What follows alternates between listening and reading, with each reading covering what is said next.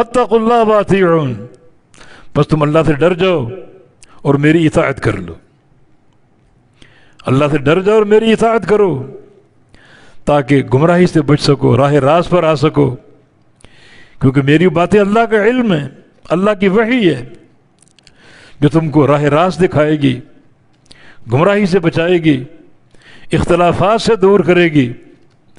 اور اللہ کی وحی کہ یہی کام ہوتا ہے، ہمیشہ حق کو قائم کرنا، باطل کو مٹانا، اختلافات کو ختم کرنا، اور امت کو ایک راہ پر ڈال دینا اور قائم کر دینا جس کا نام صراط مستقیم ہے۔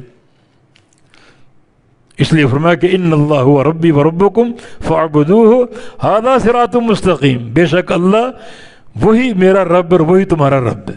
فإن اللہ، بے شک اللہ، یہ اللہ ان کا اسم، ہوا ربی وربکم پورا جملہ مل کر یہ ان کی خبر ہے، اور اس میں حصر کا معنی ہے، بڑی تاکید ہے، بے شک اللہ ہی وہ میرا رب ہے اور تمہارا رب ہے۔ فاعبدوہ، اس کی عبادت کرو۔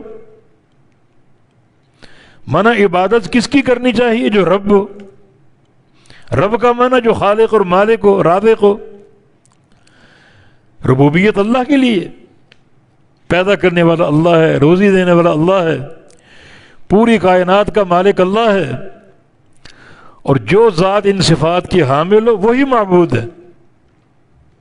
تبھی تو اللہ تعالیٰ نے چیلنج کیا، کھلا چیلنج ہے کہ جن کو تم اللہ کے سوا پوچھتے ہو مجھے دکھاؤ انہوں نے کیا پیدا کیا، کوئی ایک ذرہ، کوئی ایک اناج کا دانہ، فَلْيَخْلُقُوا ذَرَّةً فَلْيَخْلُقُوا شَعِيرًا، کوئی ایک ذرہ پیدا کر کے دکھا دیں، ایک جو کا دانہ پیدا کر کے دکھا دیں، بھلا دکھاؤ تو صحیح۔ اللہ کے سوا جن کو پوجا جاتا ہے ان کی بھرمار ہے، ان سب نے مل کر کوئی ایک ذرہ بنایا ہو، ایک ذرہ پیدا کیا ہو، دکھاؤ تو صحیح۔ اللہ ہی خالق ہے، اللہ ہی مالک اور رازق ہے، وہی پوری کائنات کا مدبر، الا لہ الخلق والامر، پوری کائنات اللہ کی مخلوق ہے اور اس پر اللہ کا امر نافذ ہے، تو ایسی ذات ہی عبادت کے مستحق ہے۔ تو ان اللہ ہوا ربی وربکم، بے شک اللہ ہی میرا اور تمہارا رب ہے، تو جو رب ہوتا ہے وہ عبادت کے لائق ہوتا ہے، لہذا فاعبدوہ، اسی کی عبادت کرو، اس کے سوا کسی کی عبادت نہ کرو۔ یا ایھا الناس اعبدوا ربکم الذی خلقکم، اے لوگو عبادت کرو اپنے رب کی جو تمہارا خالق ہے۔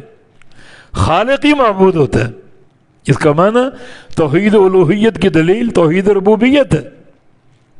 اب مشرکین کی عقل دیکھو، ربوبیت کی توحید کو مانتے تھے، ان سے پوچھا جاتا آسمانوں کا خالق کون ہے، زمینوں کا خالق کون ہے، تمہارا خالق کون ہے، بارشیں کون برساتا ہے، کہتے اللہ، ربوبیت کو مانتے تھے۔ تو بھئی رب مان لیا تو رب بھی تو معبود ہوتا ہے۔ آسمانوں کا خالق کون؟ اللہ، یعنی لات و منات و عزا نہیں، صرف اللہ۔ تو جب وہ خالق ہے تو وہی معبود ہونا چاہیے، اس کی عبادت کرو، اسی کی پوجا کرو۔ تو کس قدر یہ کم عقل لوگ، اور کیسی یہ سفاہت اور پرلے درجے کی حماقت اور بے وقوفی۔ فرمایا کہ ھذا صراط مستقیم، یہی صراط مستقیم ہے، یعنی توحید ربوبیت کو بطور دلیل کے پیش کرنا توحید الوہیت کے لیے، یہ صراط مستقیم ہے۔ ربوبیت بھی اسی کی ہے، الوہیت بھی اسی کی ہے، خالق اور مالک بھی وہی ہے اور سچا معبود بھی وہی ہے، اور کوئی نہیں۔